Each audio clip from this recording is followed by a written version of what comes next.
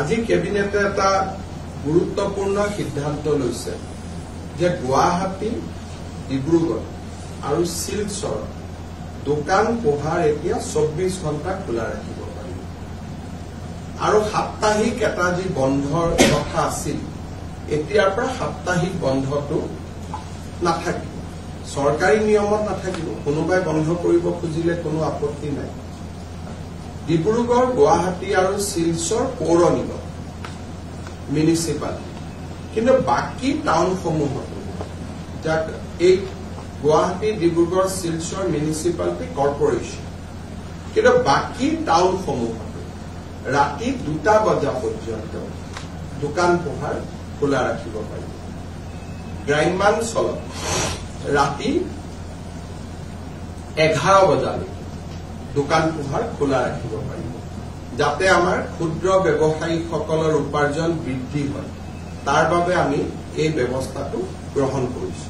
কিন্তু শ্ৰমিকক বছৰত সপ্তাহত 48 ঘণ্টাতকৈ বেছি কাম কৰাব নোৱাৰিব, একেটা ষ্ট্ৰেচত 9 ঘণ্টাতকৈ বেছি কাম কৰাব নোৱাৰিব। আৰু শ্ৰমিকক মই 24 ঘণ্টা দোকান খোলা ৰাখিলো, তাৰমানে শ্ৰমিকৰ 3টা শিফ্ট কৰিব লাগিব।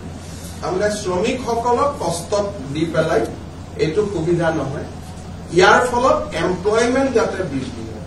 9 আৱাৰ্ছৰ কাৰণে যদি দোকানখনে 2টা এমপ্লয়ী ৰাখিছিল, এতিয়া 24 ঘণ্টাৰ কাৰণে তেওঁ 3টা শিফ্টত আৰু 4জন বেছিকৈ এমপ্লয়ী লয়, যাতে আমাৰ অসমত নিয়োগৰ সুবিধা হ'ব পাৰে, ব্যৱসায় বাণিজ্য ভাল হ'ব পাৰে বিহুৰ বতৰৰ আগত, পূজাৰ বতৰৰ আগত।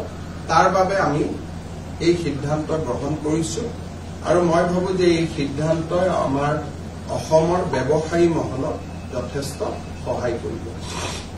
আজি কেবিনেটে এটা গুৰুত্বপূৰ্ণ সিদ্ধান্ত লৈছে যে গুৱাহাটী, ডিব্ৰুগড় আৰু শিলচৰ দোকান পোহাৰ এতিয়া 24 ঘণ্টা খোলা ৰাখিব পাৰিব আৰু সাপ্তাহিক এটা যি বন্ধৰ কথা আছিল এতিয়াৰ পৰা সাপ্তাহিক বন্ধটো নাথাকিব, চৰকাৰী নিয়মত নাথাকিব, কোনোবাই বন্ধ কৰিব খুজিলে কোনো আপত্তি নাই। ডিব্ৰুগড়, গুৱাহাটী আৰু শিলচৰ পৌৰ নিগম মিউনিচিপালিটি, কিন্তু বাকী টাউনসমূহত যাক এই গুৱাহাটী, ডিব্ৰুগড়, শিলচৰ মিউনিচিপালিটি কৰ্পৰেশ্যন, কিন্তু বাকী টাউনসমূহত ৰাতি 2টা বজা পৰ্যন্ত দোকান পোহাৰ খোলা ৰাখিব পাৰিব। গ্ৰাম্যাঞ্চলত ৰাতি 11 বজালৈকে দোকান পোহাৰ খোলা ৰাখিব পাৰিব, যাতে আমাৰ ক্ষুদ্ৰ ব্যৱসায়ীসকলৰ উপাৰ্জন বৃদ্ধি হয়। তাৰ বাবে আমি এই ব্যৱস্থাটো গ্ৰহণ কৰিছো।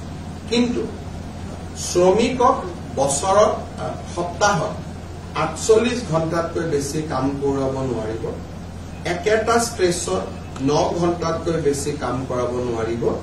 আৰু শ্ৰমিকক মই 24 ঘণ্টা দোকান খোলা ৰাখিলো, তাৰমানে শ্ৰমিকৰ 3টা শিফ্ট কৰিব লাগিব।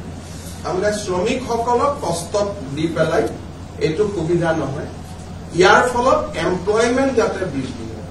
9 আৱাৰ্ছৰ কাৰণে যদি দোকানখনে 2টা এমপ্লয়ী ৰাখিছিল, এতিয়া 24 ঘণ্টাৰ কাৰণে তেওঁ 3টা শিফ্টত আৰু 4জন বেছিকৈ এমপ্লয়ী লয়, যাতে আমাৰ অসমত নিয়োগৰ সুবিধা হ'ব পাৰে, ব্যৱসায় বাণিজ্য ভাল হ'ব পাৰে বিহুৰ বতৰৰ আগত, পূজাৰ বতৰৰ আগত। তাৰ বাবে আমি এই সিদ্ধান্ত গ্ৰহণ কৰিছো আৰু মই ভাবো যে এই সিদ্ধান্তই আমাৰ অসমৰ ব্যৱসায়ী মহলক যথেষ্ট সহায় কৰিব।